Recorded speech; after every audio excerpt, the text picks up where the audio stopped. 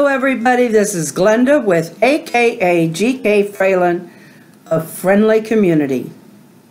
And our friendly community welcomes you.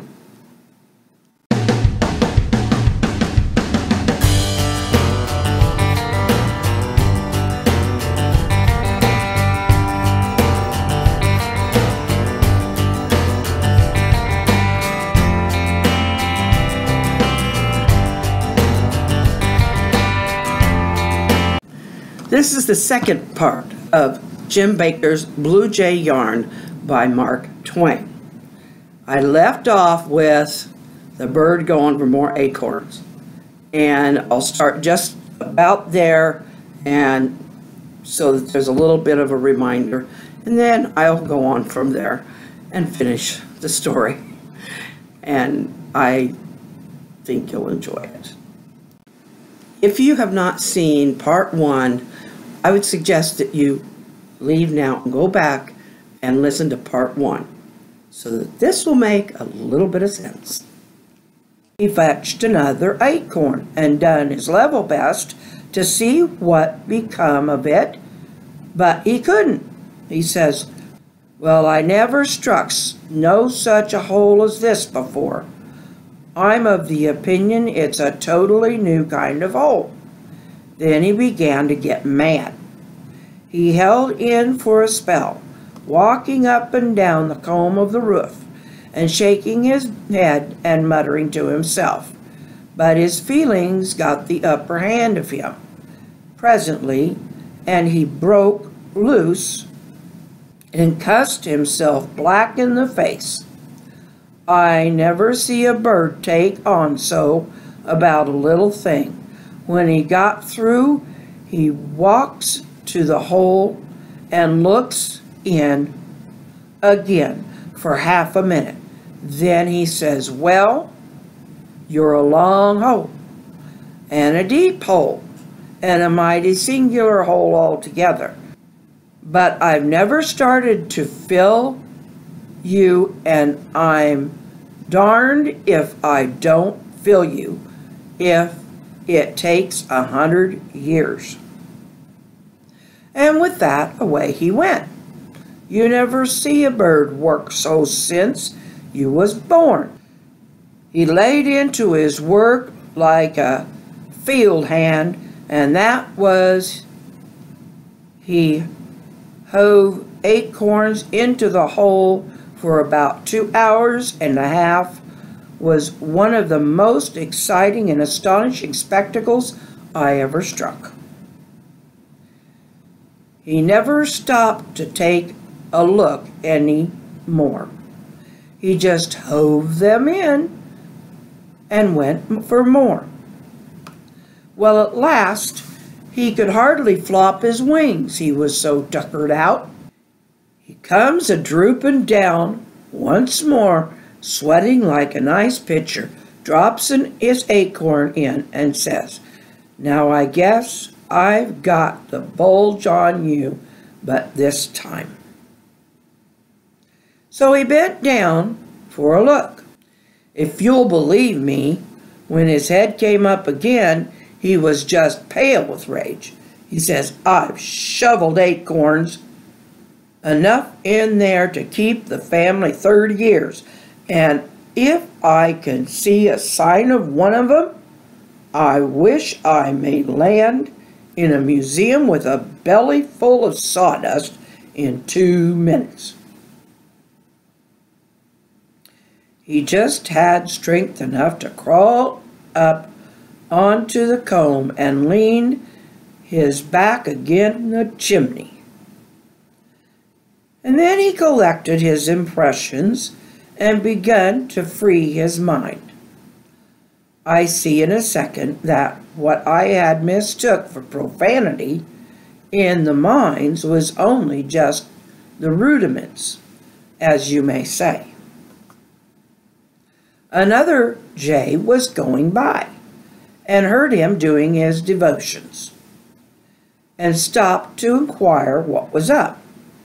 The sufferer told him the whole circumstance and says, "Now yonder the hole, And if you don't believe me, go and look for yourself.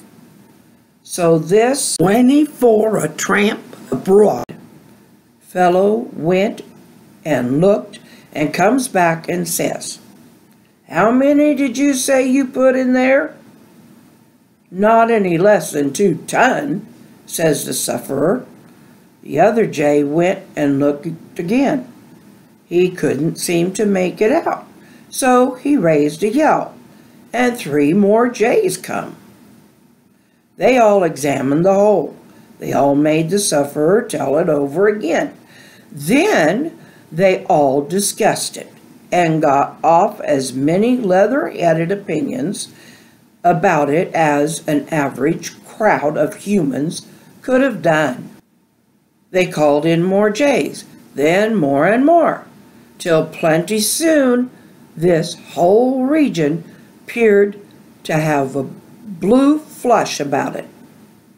There must have been 5,000 of them, and such an other jawing and disputing and ripping and cussing you never heard.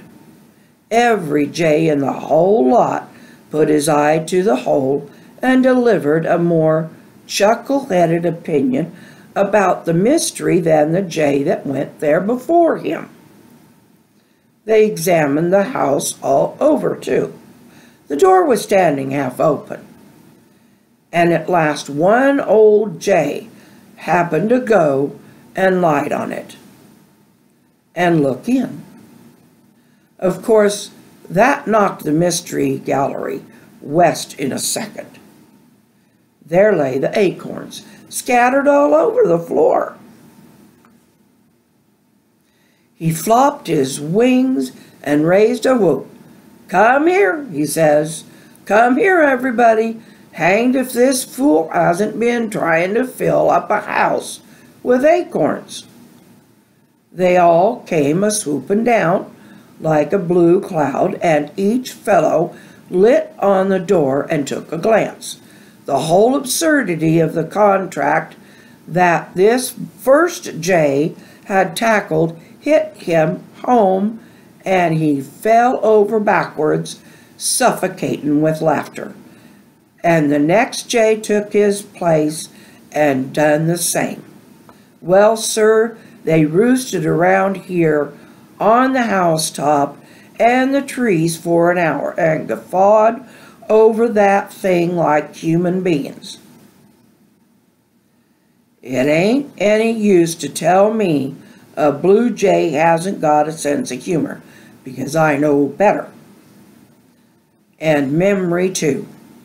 They brought jays here from all over the United States to look down that hole every summer for 3 years. Other birds, too. And they could all see the point, except an owl that come from Nova Scotia to visit the Yosemite. And he took this thing in on his way back. He said he couldn't see anything funny in it. But then, he was a good deal disappointed in Yosemite, too. Well, that is the Jim Bakker Blue Jay yarn by Mark Twain. This is out of copyright. It's public domain. As you can tell, I'm still having trouble speaking. That was not an easy read. I did replace one or two words that would have been controversial at best. So anyway, I hope you enjoyed it with all my stumbling, but I hope those Blue Jays do have a better sense of grammar than Jim Bakker. Thank you. As always, I love all of you. Please spread that love around and take care of yourselves. We're still in a cold snap, and I'm glad to see that you're all in good health, at least as of yesterday. So, hasta mañana.